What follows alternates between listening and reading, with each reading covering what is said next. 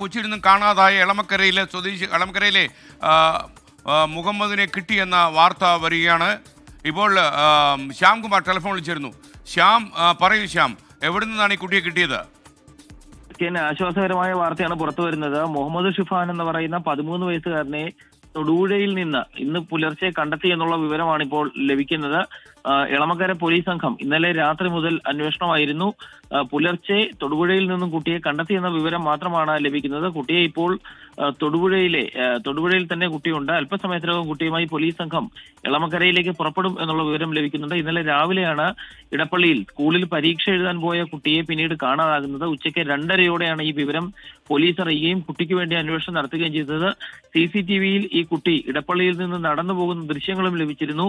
ഇതിനു പിന്നാലെ പോലീസ് അന്വേഷണം രാത്രിയും വളരെ വേഗത്തിൽ തുടരുകയായിരുന്നു. ഇന്ന് രാവിലെ കുട്ടിയെ പുലർച്ചയോടുകൂടി തൊടുപുഴയിൽ നിന്നും കണ്ടെത്തി. എന്തിനു കുട്ടിയെ കൊണ്ട് പോയി എന്നുള്ള വിവരങ്ങളൊക്കെ ഇനി അറിയേണ്ടതുണ്ട്. പക്ഷേ കുട്ടിയെ സുരക്ഷിതമായി തൊടുപുഴയിൽ നിന്നും കണ്ടെത്തിയിരിക്കുന്നു എന്നുള്ള ഒരു നല്ല വാർത്തയാണ് ഇന്നിപ്പോൾ രാവിലെ തന്നെ നമുക്ക് പങ്കുവെക്കാൻ സാധിക്കുന്നത്. അല്പസമയം മുമ്പാണ് കുട്ടിയെ കണ്ടെത്തിയത്. SKN ആശ്വാസകരമായ വാർത്തയാണ്. ഇടപ്പള്ളിയിൽ നിന്നും കാണാതായ 13 വയസ്സുകാരനെ തൊടുപുഴയിൽ നിന്ന് കണ്ടെത്തി. തേവര കസ്തൂർബ നഗർ സ്വദേശി മുഹമ്മദ് ഷിഫാനെയാണ് തൊടുപുഴയിൽ നിന്ന് കണ്ടെത്തിയത്. ഇന്നലെ രാവിലെ പരീക്ഷ എഴുതിയതിനു ശേഷം ഷിഫാനെ കാണാതാവുകയായിരുന്നു. എന്തായാലും ഷിഫാൻ വയറ്റിലെ ഭാഗത്തേക്ക് പോയി എന്ന് CCTV ദൃശ്യങ്ങളിൽ മനസ്സിലായി.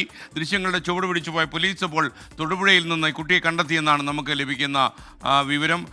അൽ-അമീൻ കോളേജിൽ സ്കൂളിൽ പരീക്ഷ എഴുതിയതിനു ശേഷം ഈ 13കാരനെ കാണാതാവുകയായിരുന്നു. എന്തായാലും മാതാപിതാക്കൾ ഒരുപാട് തീരുന്നു. അവർക്ക് ആശ്വാസത്തിൻ്റെ വാർത്ത എത്തിയിരിക്കുന്നു. 13കാരനെ തൊടുപുഴയിൽ നിന്ന് കണ്ടെത്തി. ഈ സ്കൂളിൽ നിന്നൊക്കെ ഇങ്ങനെ ഇറങ്ങിപ്പോകുന്ന കുട്ടികൾ ഈ വാർത്ത കേൾക്കുന്നുണ്ടെങ്കിൽ അവർ അറിയേണ്ട ഒരു കാര്യം, നിങ്ങൾ ഇറങ്ങിപ്പോകുമ്പോൾ നിങ്ങളെ ഓർത്ത് ടെൻഷൻ അടിക്കുന്ന മാതാപിതാക്കൾ വീട്ടിലുണ്ടാകും. അവർ തിന്നുന്ന തീക്ക് കണക്കില്ല, അതിൻ്റെ ഓളിയും നിങ്ങൾക്കൊരിക്കലും മനസ്സിലാകില്ല. അതുകൊണ്ട് വീട്ടുകാരെ ഒന്നും വേദനിപ്പിക്കാതെ എവിടെയാണെങ്കിലും വീട്ടിൽ വിളിച്ച് പറയുക. പ്രത്യേകിച്ച് ഇപ്പോൾ എല്ലാ കുട്ടികളുടെ കയ്യിലും മൊബൈൽ ഫോണൊക്കെ ഉള്ളൊരു കാലമല്ലേ. അതുകൊണ്ട് കമ്മ്യൂണിക്കേഷൻ വീട്ടുകാരുമായി എപ്പോഴും നിലനിർത്തുക. ഏറ്റവും അവസാനം ഷിഫാൻ മടങ്ങി വന്നു എന്നുള്ളത് ആ മാതാപിതാക്കളെ മാത്രമല്ല നമ്മുടെ പ്രേക്ഷകരെയും നമ്മളെയൊക്കെ തന്നെ സന്തോഷിപ്പിക്കുന്നു.